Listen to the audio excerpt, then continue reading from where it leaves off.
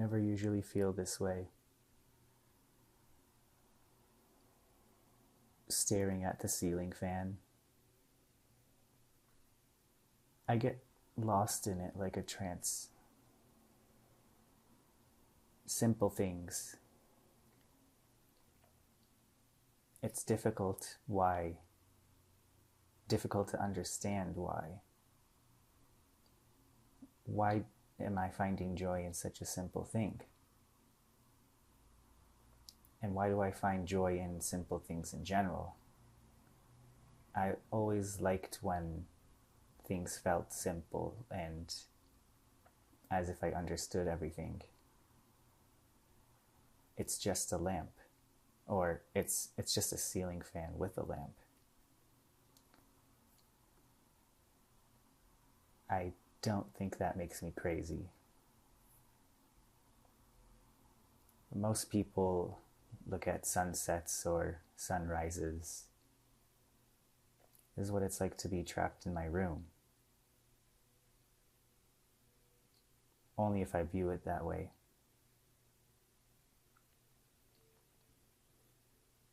You don't even get to hear it. Looking at it is enough. But this is what it's like to be me. When I'm staring at this blade, chopping blade that cuts in and out, in and out. This is only one angle too. It's just cropped, like focus. This is what I'm focusing on. Just this part of the fan. It's interesting. It's almost blue. It's like gray blue.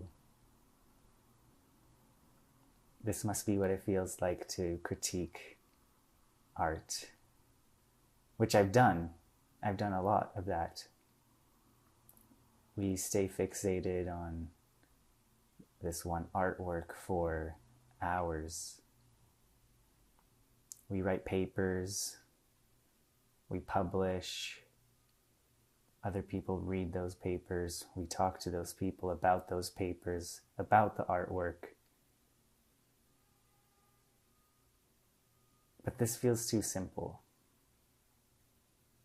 And it scares me.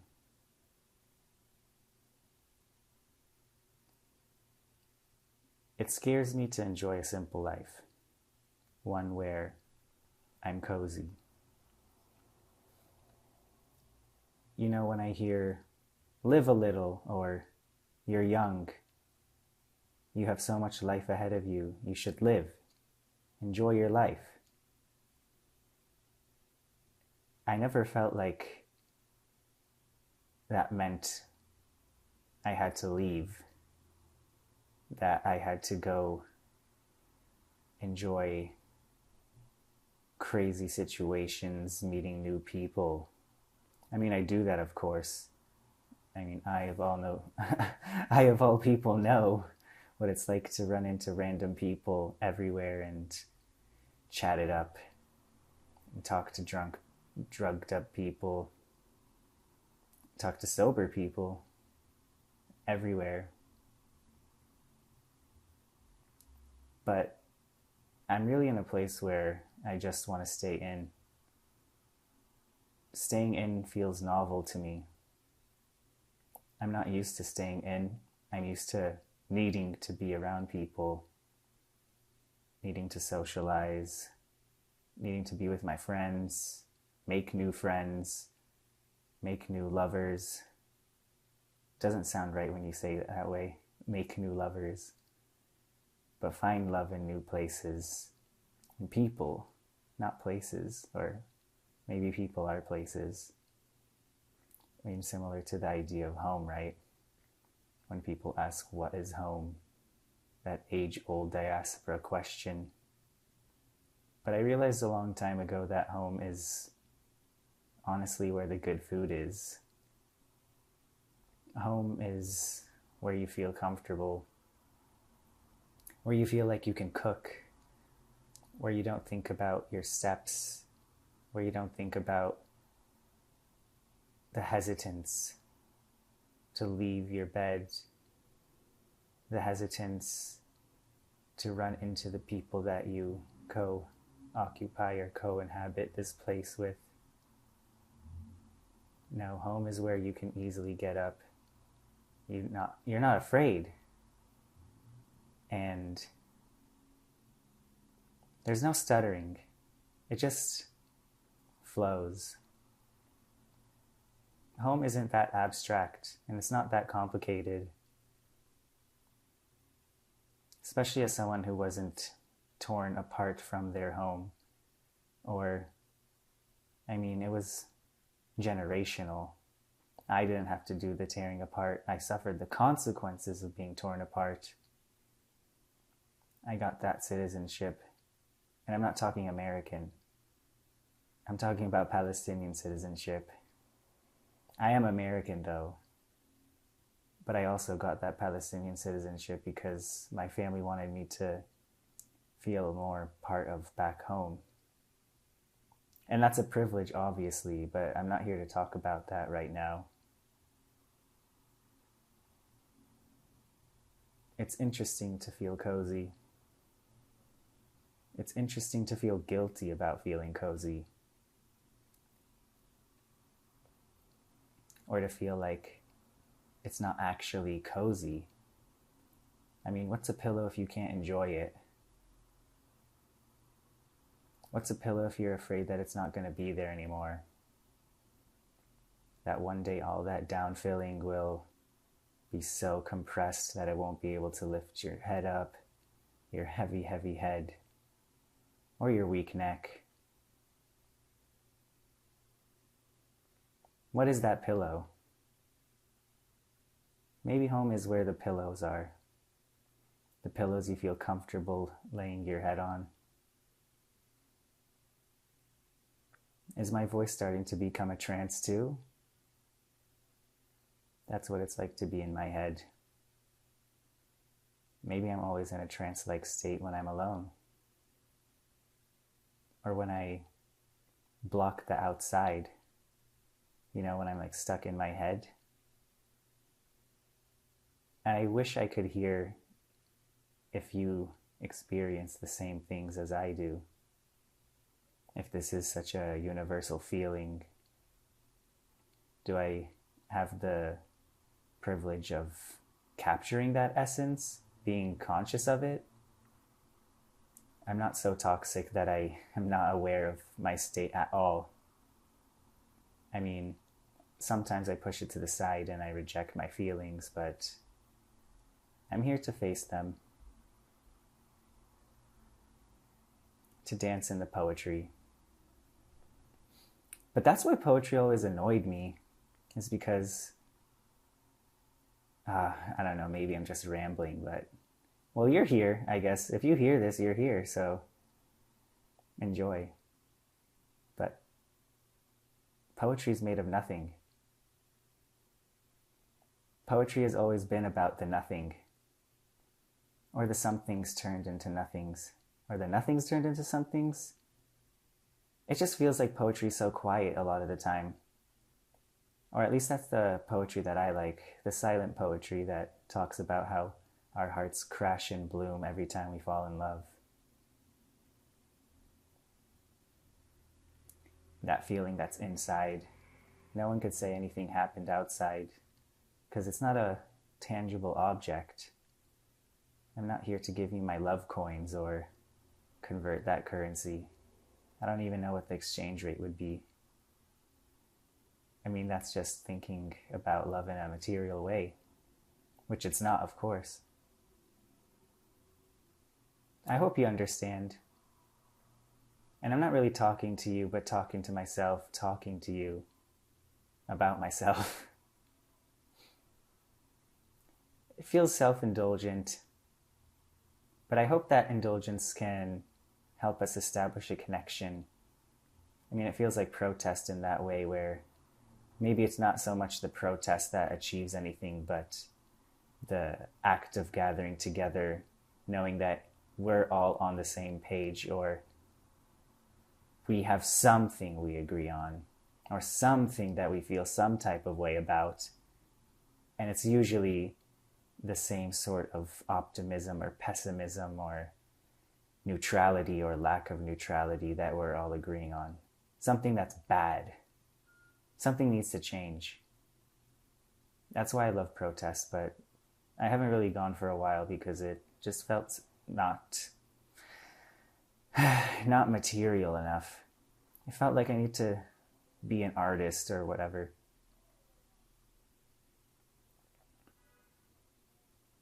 I think it's time for direct action. I think it's time to do things. I think it's time to find where things can be tampered with and try to be as safe and educated and knowledgeable and connected as possible about it, because we don't need to see more people in prison.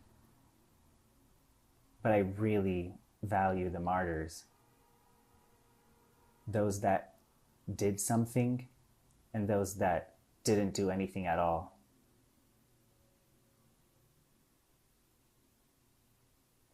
I wonder if this video will become a projection. I'm just starting. I wonder if you're looking at the blades, the chopping, cutting blades. This is what it's like to be a cutting board, or on the horizon of a cutting board. We're just chopping onions here. Why are you crying? Oh, right, it's the onions. I always forgot how to, I don't know how to make onions not bleed. I mean, I don't know how to make onions make my eyes bleed, tear. I don't know. Is that blood? When we say, I'm heartbroken, and the tears come out, is that blood? Is that the blood of your heart? Has it been purified? I wonder what would happen if you put tears in a Brita filter. Maybe there will be a sculpture I make like that. But I don't cry often, so it will probably be hard to get a full Brita picture worth. And I hope you forgive my stuttering. Obviously, I could record this again, but I just wanted it to be direct from the heart. Or from the eyes. Is this blood? Is this blood? It makes me laugh. But imagine blood coming out of your eyes. It kind of reminds me of like pus, like an eye infection of some sort. This isn't pink eye. But maybe that's what pink eye is. No, it's not. I should know. I mean, I did that whole healthcare career. You know, the one where I was going to be a doctor, but I always wanted to be an artist. Well, I guess I'm an artist. I think I'm a successful artist too. But I really didn't realize how broke I was going to be. It's really hard. I feel like every year I'm like, should I get a PhD? Damn, no. I'll just end up in the same situation I am now. That's why I got my MFA. I was like, oh, I'm going to go to a prestigious university. Yeah, I guess the debt will be worth it. And I'll get a teaching job. I'll be a professor. And I won't have any shame anymore. I'll be able to say I did it. But I'm only 27. When the fuck am I going to be a professor? Life sucks, but that's okay. And I've been telling my friends and telling new people, telling anyone that I open up to that life sucks. And once you start to realize that, or once you've realized that, it makes it easier. It's like low expectations, but it's kind of silly. Life sucks. but it always has. I know things could be better. Things could be worse. Things could be worse. I'm telling you. It could be hell on earth. I mean, even the most fucking oppressed people, the people who have suffered the most injustice, will always be like, Tokra Allah. Yani, alhamdulillah.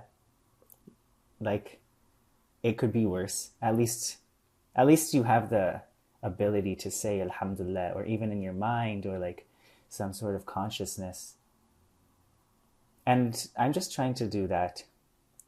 I'm just trying to maintain consciousness for as long as I can. I like to make a joke about how life is just delayed death. But yeah, I don't know. It's kind of funny.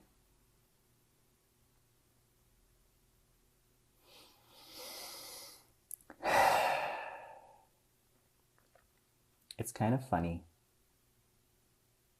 I don't know what's okay. Do you know what's okay? Is this okay? Is this okay? Am I wasting your time? I really don't know. It's okay. You're here, so you can leave whenever you want to, and I know that. But it would really suck if I made a piece that was really bad.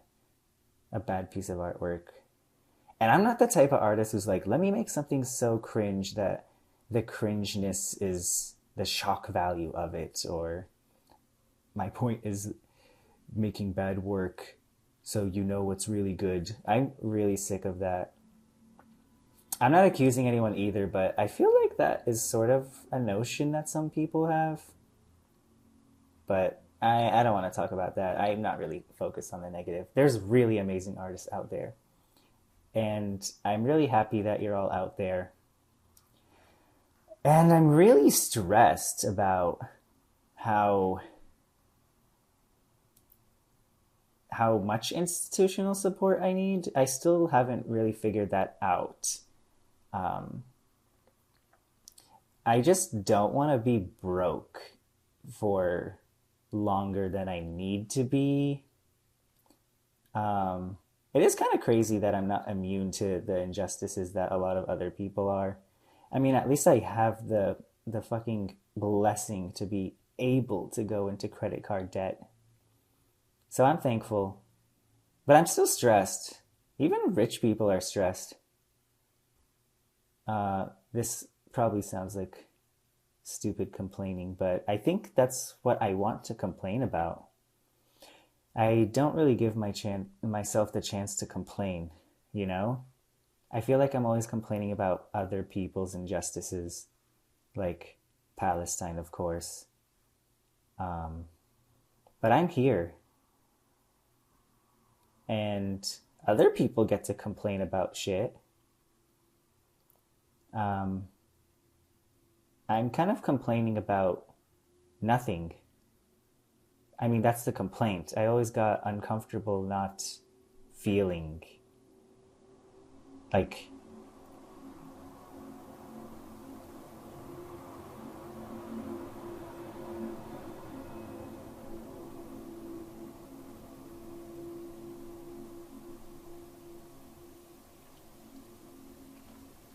I want to feel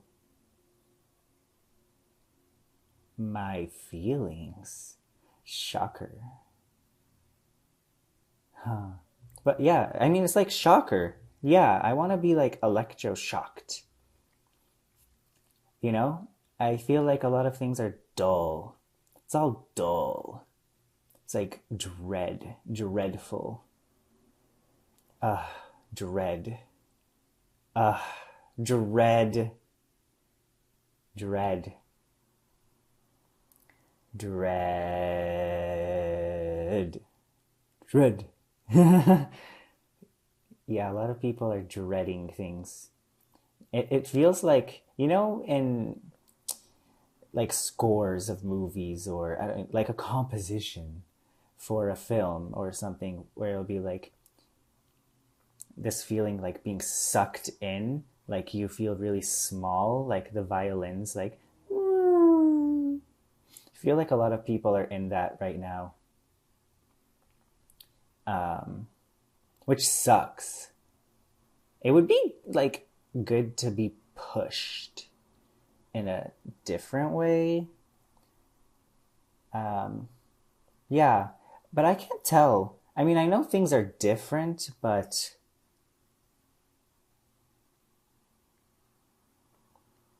I can't tell anymore. Like, I can't tell if it's me or the world. I mean, because I already knew the world was shitty from a really young age, and a lot of people have caught up in the past couple of years. And regarding Palestine, of course, I mean, a lot of people had their own experience and blah blah blah blah blah. Obviously, but like I'm talking about my own like being understood as part of this like population, and it's kind of crazy like how much I was just trying to like talk about my shit, my feelings, I guess, um, my thoughts, and it still comes back to Palestine. No, even though I haven't been there since 2021, it's like I'm so deep in it that I forgot it in a way. It's like that one science experiment where if you put your hand on a hot stove or something, eventually you will stop feeling it. It's like numbness in a way, but not numbness. It's just like I am Palestinian. I like am affected. I am like part of the Palestinian experience in the US, that's where I've ended up. And I think I'm just kind of like, I really don't want to be like, oh, I'm sick of being Palestinian, but it's like, I'm sick of the consequences of being Palestinian. And I'm kind of just like, I've been Palestinian for so long, I forgot what it's like to be Palestinian. It's crazy. Like, I don't wake up every morning like, I'm Palestinian. I've like literally just become a person. Because I used to try way harder when I was younger to be like, I'm Palestinian. Um, I heard that Boricua people also are similar. Like, you'll never meet someone who's Boricua and not know that they are, you know? But yeah, I don't even have a Palestinian flag. I mean, I have a kofia, but I mean, it's just like I'm still Palestinian even if I don't have a flag. You know what I mean? Like, I don't need the symbols and whatnot, but it's been really interesting, especially on like dating apps and shit. It'll be like, oh, this person has a Palestine flag, and it's like, but they're not Palestinian. But there was a time before when I would put my flag, Palestine in my bios and shit, and then it's like, oh, that meant I'm Palestinian. But now it's like, oh, I'm in solidarity, which is like, I love that. But it's kind of interesting because it's like, damn, everyone's Palestinian now. I mean, everyone cares. Well, not everyone, obviously, but like the people that matter to me. But yeah, it's been like 25 minutes of me talking. I started therapy and I feel guilty whenever I'm like, well, I mean, I don't feel guilty for too long, but it's just like, damn, there's so much shit in me lately, like backed up, like excrement, like constipation, and it's just been like in there. And I'm just letting it out. Right now, I'm just like taking a shit. But there's so much shit. Sorry for that image. Especially with this very clean, aesthetic image that you're watching right now. You didn't think that this would be about like constipation and shit. And yeah. By the way, I'm pretty sure like if you're constipated, maybe like olive oil helps. I don't know. I've been drinking olive oil lately because it's kind of folklore. Like, oh, yeah, عمك عاش لعمره 90 100 200 اشي هيك عشان كان بيشرب معلقة ولا كاسة زيت زيتون كل صبح ولازم تشربه على بطن فاضي صح؟ Yeah, it's good, but if you keep drinking it, you get like, it's a laxative, but it feels good for my heart. Yeah, it's kind of crazy. I don't know. feelings are very real, like the body keeps the score type shit. Type shit. Type shit. I feel like I'm supposed to offer you something. Like, leave you with some advice. And I will. I'll pass this on. I think it only is for the people that don't misuse this, don't abuse this, what I'm about to say. But I had a really good friend of mine, Paz, tell me this the other day, that when they suffered a major loss, their cat died, which to me kind of felt funny when after they said like suffered a major loss, and then they were like it was their cat. I was kind of like, oh, that's kind of funny. I thought you were like talking about like I don't know if I was like, is there like a parent or something or like that? I was like, did I not know that one of your parents was like dead or whatever? But like, yeah. But I mean, I love cats. They're so good. Ugh, I want a cat, but my roommate's allergic. Anyways, yeah, they were telling me that, forgive yourself for what you're about to do. And I like that a lot. It takes the pressure off. The pressure to be perfect, and also the pressure to be toxic, because I feel like a lot of people, when they're going through a bad time, they kind of feel like, I need to be reckless now. But it's like, I really don't feel like being reckless right now. I'm too old for that. I'm like relatively stable, like too stable for that. I'm not trying to be reckless. But yeah, but I mean, I feel like I have been a little self-conscious about doing the wrong thing.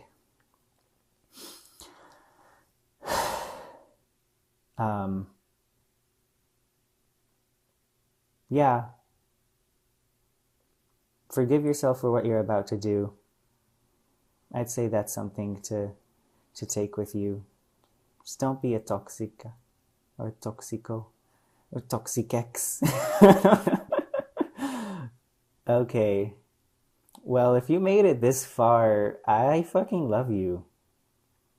Like, seriously. I feel like you could listen. I wish I said this at the beginning, but if this is something where it's like offered with headphones, like, I feel like close your eyes. Like, this is a space for you to just like roam around. Like, don't do anything. Just like listen to my annoying little voice.